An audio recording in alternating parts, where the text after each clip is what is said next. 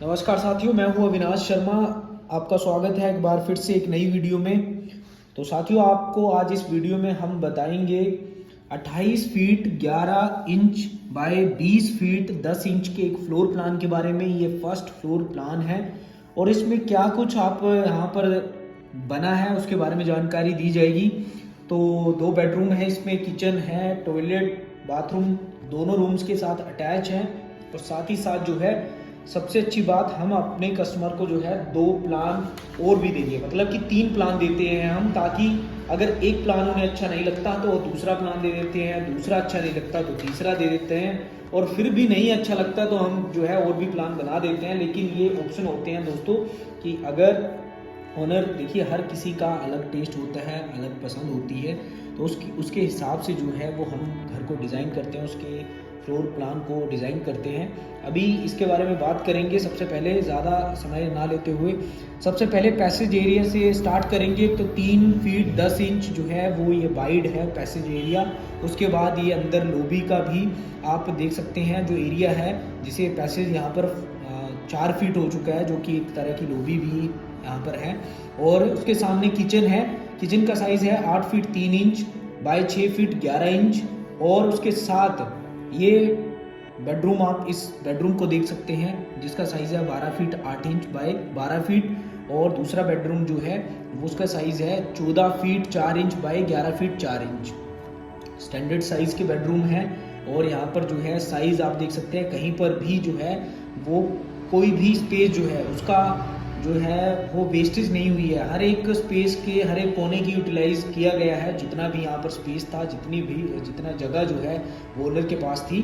और सबसे बेहतर बात कि ये जो मास्टर बेडरूम है, क्योंकि इनके साथ जो है वो ड्रेसिंग एरिया के लिए जगह नहीं थी, लेकिन टॉयलेट बाथ जो है दोनों के लिए जो है वो यहाँ पर प्रोवाइड किए गए हैं। और आप देख सकते हैं कि प्लम्बिंग वर्क को ध्यान में रखते हुए, इलेक्ट्रिकल वर्क को ध्यान में रखते हुए, सैनिटरी का, ड्रेनेज का सिस्टम को ध्यान में रखते हुए जो आपके टॉयलेट बाथरूम है वो दोनों साथ में बनाए गए हैं, ताकि एक टॉयलेट बाथरूम को जो पानी का कनेक्शन आएगा, पाइपलाइंस आएंगी, वही जो है, या फिर ड्रेनेज के लिए सीवर की पाइप जो होंगी सीवरेज की, उसमें ज़्यादा जो है झंझट ना रहे। क्योंकि एक जगह आएगा बाथरूम के लिए सीवर की लाइन, तो उसके साथ दूसरी भी कनेक्ट हो जाए, तो वो कहीं ना कहीं जो आपका बिल्डिंग की कॉस्ट है उसे भी कॉस्ट कटिंग करने के लिए ऐसा किया जाता है। नहीं तो हम जो है दूर दूर भी बना सकते थे। और किचन से, वास्तु के हिसाब से भी आप देखें तो ये जो है वो प्लान ठीक है, क्योंकि किचन के साथ जो है वो टॉयलेट बाथरूम नहीं रखा गया है। स्टेयरकेस यहाँ पर मेंशन नहीं है, क्योंकि स्टेयरकेस जो है पुराना घर इसके साथ अटैच है, जुड़ा हुआ है, तो उसमें स्टेयरकेस ऑलरेडी है और दोनों का स्लैब आपस में जुड़ जाएगा बाद में, जिससे वही स्टेयरकेस का यूज़ किया जा सकेगा। और भी बहुत सारी ज़रूरी चीज़ें मैं आपको बता दूँ, जैसे कि आपके घर में अलमीरा का है तो वहाँ की उसकी पोजीशन को भी यहाँ पर शो किया गया है। आप देख सकते हैं कवर्ड एरिया जो है यहाँ पर शो किया गया है। उसके बाद वेंटिलेशन की, क्रॉस वेंटिलेशन घर में होना बहुत ज़्यादा ज़रूरी है, ताकि आप स्वस्थ रहें और आपके घर में जो है सीलन जैसी समस्या या फिर जो भी है, जैसे कि हमें वास्तु में बताया जाता है कि आपके लिए आपके घर में वेंटिलेशन होना बहुत ही ज़्यादा ज़रूरी है आपकी सेहत के लिए, स्वस्थ रहने के लिए। तो देख सकते हैं कि यहाँ पर एक विंडो, बेडरूम में एक विंडो, और 2 विंडो क्यों नहीं दी जाती, बहुत सारे लोग 2-2 विंडो दे देते हैं। तो एक बड़ी अगर विंडो आप प्रोवाइड करते हैं, उसका फ़ायदा ये होता है कि आपकी जो एक ये बेडरूम की पोजीशन ऐसे है, ये बेडरूम की पोजीशन में बेड की पोजीशन ऐसे है, उसके सामने एलईडी आ जाएगी या फिर टीवी पैनल आ जाएगा। अगर यहाँ पर विंडो दे देंगे बिल्कुल बेड की पोजीशन के सामने, तो वहाँ पर विंडो होगी तो आपकी लाइट जो है आंखों में पड़ेगी और आपकी एलईडी पैनल के लिए कोई जगह नहीं बचेगी। तो ये सारी चीज़ें ध्यान में रखते हुए हमने जहाँ पर बेड की पोजीशन है उसके सामने एलईडी पैनल दिया है, और एक ही विंडो देकर, बड़ी विंडो देकर जो है वो ये सारी दीवारों का भी यूटिलाइज किया है। तो इस तरह से जो है वो आप देख सकते हैं, वॉश बेसिन के लिए जगह मेंशन की गई है, कहाँ पर वॉश बेसिन आएगा, और उसके बाद जो है वो कमोड कहाँ पर आएगा, उसके वेंटिलेशन के लिए वेंटिलेटर कहाँ पर आएंगे। यहाँ पर देख सकते हैं इस तरफ वेंटिलेटर है, इस तरफ वेंटिलेटर है। और जो है वो यहाँ पर डोर की पोजीशन को दिया गया है कि डोर कहाँ पर रहेगा, जैसे ये D1 है, ये D2 है, इस तरह से आप देख सकते हैं कि डोर की पोजीशन कहाँ पर है। और डिटेल में जो है, जैसे कि आपका यहाँ पर सिंक कहाँ पर आएगा, किस तरह से जो है एल शेप में शेल्फ रहेगी, तो किस तरह से होगा। बाकी और भी ज़्यादा डिटेल जो है वो हम दे सकते हैं, लेकिन इतना काफ़ी होता है, क्योंकि कंस्ट्रक्शन भी खुद हम भी करते हैं, इसीलिए जो है वो हमें ज़्यादा डिटेल की ज़रूरत नहीं पड़ती। लेकिन कस्टमर अगर चाहता है कि उसे हर एक छोटी छोटी डिटेल्स चाहिए, जैसे कि आपकी अलमीरा का साइज़ क्या रहेगा, उसमें जो है वो आपकी शेल्फ का साइज़, ये वो सब सारी चीज़ें जो है वो हम, जैसे बेड का एरिया जो है, बेड कितना स्पेस जो है वो ऑक्यूपाई करेगा, कितना स्पेस लेगा, तो वो भी हम डिटेल में जानकारी आपको दे सकते हैं। और ज़रूरी ये नोट्स हमने यहाँ पर दिए होते हैं, ताकि अगर आप कंस्ट्रक्शन हमसे नहीं करवाते तो जैसे टाइल्स की स्पेसिंग है, कॉलम के सेंटर टू सेंटर कितनी स्पेसिंग होनी चाहिए मैक्सिमम, जो इंडियन स्टैंडर्ड कोड के अनुसार है, जैसे कि L/4 डिस्टेंस पर 120 mm centre to centre 4 inch. तो अगर इंचेस में, जैसे गांव के मिस्त्री होते हैं, जो मैशन होते हैं, वो स्किल्ड नहीं होते कामों, या फिर वो उन्हें इस तरह की जानकारी नहीं होती कि इंडियन स्टैंडर्ड कोड में किन सारी टेक्निकल टर्म्स को ध्यान में रखकर घर को बनाया जाता है, तो उनको जो है आसान सरल शब्दों में और सरल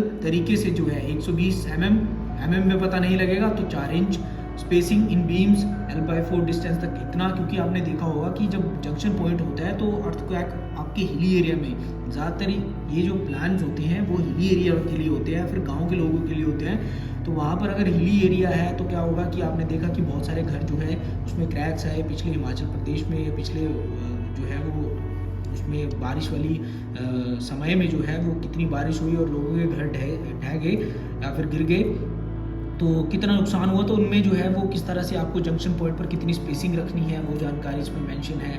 ब्रिक वॉल का आउटर दीवारों का साइज़ क्या होना चाहिए, 9 इंच, इनर वॉल्स का साइज़ 4 इंच और प्लास्टर करने के बाद 5 इंच, वो जानकारी है। उसके बाद जो है वो डेवलपमेंट लेंथ, जो एनकरेज लेंथ होती है, कुछ अलग अलग नामों से जानते हैं, लेकिन टेक्निकल टर्म में डेवलपमेंट लेंथ कहा जाता है, वो ज़रूर देना ज़रूरी है। और overlapping length in column, overlap कितना करना है, किससे क्या उसकी डायमेंशन रहेगी, कितना लंबा जो है ओवरलैप सरिया का करना है, वो सारी चीज़ें हैं। और concrete grade M20, minimum concrete grade जो है वो M20 होना चाहिए, जिसमें 1 part cement, 1.5 part coarse sand, 3 part coarse aggregate, और ये जो है वो सिंबल जो दिए गए हैं, जैसे D है तो डोर, विंडो, ये सारी चीज़ें हैं। बाकी आप देख सकते हैं कि इस तरह से प्लान हम बनाते हैं, और ये प्लान अगर ये पसंद नहीं आता है कस्टमर को तो ये है उसी एरिया में उतने ही साइज़ में, और उसके बाद यहाँ पर भी सेटिस्फैक्शन अगर कस्टमर को नहीं मिलती तो फिर ये तीसरा प्लान एक और हम दे देते हैं, जिसमें और भी ज़्यादा। अब यहाँ पर क्या होगा कि एक ही टॉयलेट बाथ है, दूसरे में क्या होगा कि यहाँ पर कवर्ड एरिया बढ़ा दिया गया है, अलमीरा का या स्टोर रूम बना सकते हैं छोटा सा, वो सारी चीज़ें जो हैं वो इस तरह से 3-4 प्लान में आ जाती हैं। और जो प्लान फाइनल किया जाता है उसमें कंस्ट्रक्शन का काम शुरू किया जाता है। एक पुराना घर था नीचे, तो उसमें कॉलम्स की पोजीशन जो है वो अलग से है, क्योंकि ये एक साथ नहीं बना है, तो उसके लिए जो है वो यहाँ पर आपको कॉलम की पोजीशन दिखेगी, तो उसके लिए माफ़ी चाहेंगे, क्योंकि ये जो है वो पहले से बने हुए हैं। अगर नया कोई साइट होगी तो उसमें जो प्लान हम बनाएंगे उसकी डिटेल आपको जानकारी देंगे। अगर आप भी अपने घर का नक्शा बनवाना चाहते हैं, आप चाहते हैं कि आपका घर बनते समय जो है उसमें किसी तरह की तोड़फोड़ ना हो, आपके घर में नुकसान ना हो, और बाद में ऐसा लगता है कि आपने ये नहीं किया, ये करना चाहिए था, आपको घर की नक्शा से जुड़ी जानकारी चाहिए, या फिर आपको घर का नक्शा बनवाना है, स्ट्रक्चर ड्राइंग चाहिए, आपको किसी भी तरह की कंस्ट्रक्शन से जुड़ी जानकारी के लिए आप हमसे संपर्क कर सकते हैं। डिस्क्रिप्शन में हम आपको अपने कॉन्टैक्ट नंबर शेयर करेंगे। तो आज की वीडियो, आज की जानकारी, आपका आज का नक्शा आपको अच्छा लगा हो तो पॉजिटिव बिल्डर यूट्यूब चैनल के साथ बने रहे, ताकि आपको जो है वो जरूरी जानकारी समय पर मिलती रहे। धन्यवाद, आपका दिन शुभ हो।